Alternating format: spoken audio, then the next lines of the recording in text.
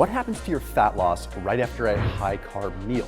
Does it come to a screeching halt? Does it change your whole dynamic of how your body uses fuel?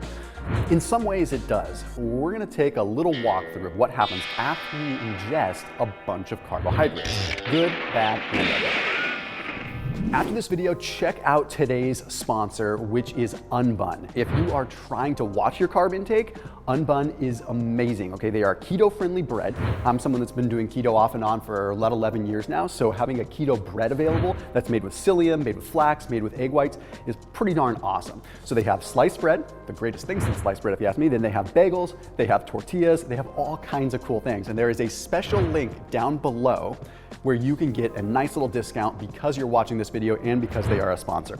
So that link down below in the description, you hit that little drop down and it's gonna populate and you can click on that and it'll save you a few bucks if you use that code and use that link. So UnBun, you can also find them at Whole Foods. So if you're shopping at Whole Foods, you go to the frozen section, they're gonna be there kind of next to some of the gluten-free breads and things like that, but they are a keto-friendly bread. So make sure you check them out after this video, and a big thank you to them for the continued support. Remember, carbohydrates are not the enemy here. Okay, I consume carbohydrates, I periodically cycle in and out of keto. I'm not saying they're bad, but we do need to understand the physiological shifts that occur and even the metabolic shifts. Okay, the key determinant of if we are going to use carbs as a fuel source is the level of carbs in our body. Okay, our body is going to prefer to use carbs if those carbs are present, right? If we are eating carbs, you can bet your bottom dollar the body is going to want to utilize them. Okay, if you are predominantly eating fats and not a lot of carbohydrates, then yes, your body might preferentially start leaning into the fats. So there are some systems that take place because our bodies really shouldn't be having high levels of glucose and high levels of fats in the bloodstream at the same time. It doesn't typically work like that. So right when we consume a carbohydrate, our pancreatic beta cells produce insulin. Okay, we've all heard of insulin before, but what that insulin does is it goes around and it opens the cellular gateway. It opens the doors of the cell to allow the carbohydrates that we just consumed in. Pretty cool, right? Yes, that's awesome. Okay, and one of the first things it does is it allows our peripheral tissues, our muscles, everything throughout the course of the body, our tissues, to soak up the carbohydrates. And it does this by encouraging what's called GLUT4 translocation.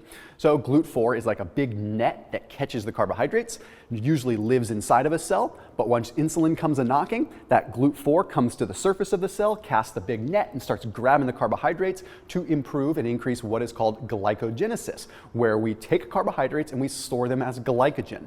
This is a phenomenal thing, and it makes it so our blood sugar doesn't go sky high. But if we're not insulin sensitive, this doesn't happen very well. But we're talking about in a normally, semi-healthy person here.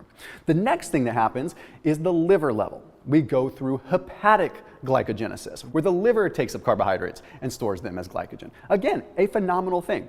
Now remember, when we are just using fuel, like our storage fuel, our stored form of carbohydrates, the first part that your body is going to burn through is going to be the liver glycogen. Do not believe stuff out there that says like you immediately start pulling from your muscle glycogen. Your body will deplete your liver glycogen before it really has a strong desire to burn through the muscle glycogen. The muscle glycogen will replete the liver glycogen, meaning the muscle glycogen, those carbohydrates, they don't go immediately into the cell, they go into the tissue, or they go into the bloodstream, and then they go into the liver, and then so they kind of go through like a staging. Okay. Anyhow, that's not the point here. The next piece that's very important. Okay, the carbohydrates will bring lipolysis to a stop. Okay, what does that mean? It does mean that when you consume carbohydrates, you have a temporary stop in fatty acid oxidation. That doesn't mean that you won't lose weight, but it does slow down the rate in which you are utilizing fats as a fuel source. So does that mean that fat loss comes to a screeching halt? In some ways, kind of. When you do consume the carbohydrates, it is going to slow that process down, okay? Because what ends up happening is the insulin binds to an insulin receptor on the fat cell. Okay, and here's kind of what happens within that category. So like the insulin comes in, it binds to the fat cell, and yeah, it stops the fat from being liberated into the bloodstream, but there's a deeper process that occurs. When the insulin binds to the fat cell, it activates something called protein kinase B. This protein kinase B then blocks what is called cyclic adenosine monophosphate. Cyclic adenosine monophosphate is what would allow protein kinase A to allow hormone-sensitive lipase to liberate fatty acids off of the glyceride backbone from a triglyceride. that is brain exploding. Okay, essentially what that means is we cannot burn fat outside of hormone-sensitive lipase. Hormone-sensitive lipase acts upon a fat cell to allow it to be liberated. If we are stopping hormone-sensitive lipase, we are stopping the liberation of fats. So fats no longer get liberated into the bloodstream. That does not mean that we're not ever going to lose weight, but it does mean that right when insulin is activated, the fat liberation does come to a screeching halt. Additionally, we have an increase in lipoprotein lipase, or LPL. Lipoprotein lipase encourages a fat cell to take in more fat. Okay, so what does that mean? Well, that means when you're consuming a bunch of carbohydrates with a bunch of fats, you have an insulin spike that is making it so that lipoprotein lipase could take those fatty acids from what you just ate and soak them up more. Now, there's a lot of disbelief behind that. Some people will say combining fats and carbs isn't that big of a deal, and in moderation, it really isn't. But when you start looking at cakes and pies and things like that that all have a bunch of sugar and a bunch of fat, yeah, you could probably guess that this could be happening. So when you eat a carbohydrate, your body is going to do what it can to allocate the carbohydrates properly, burn them if necessary, slow down fatty acid utilization so it can prioritize the carbs, and that could be slowing down your fat loss.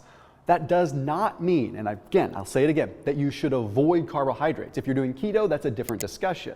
Okay, but you do have to remember that consistently munching on carbohydrates throughout the day might be getting in the way of how your body utilizes fat. You can still lose weight, but you might not be losing the right kind of weight. Okay, so pay attention to that, monitor the signs, and there you go. I'll see you tomorrow.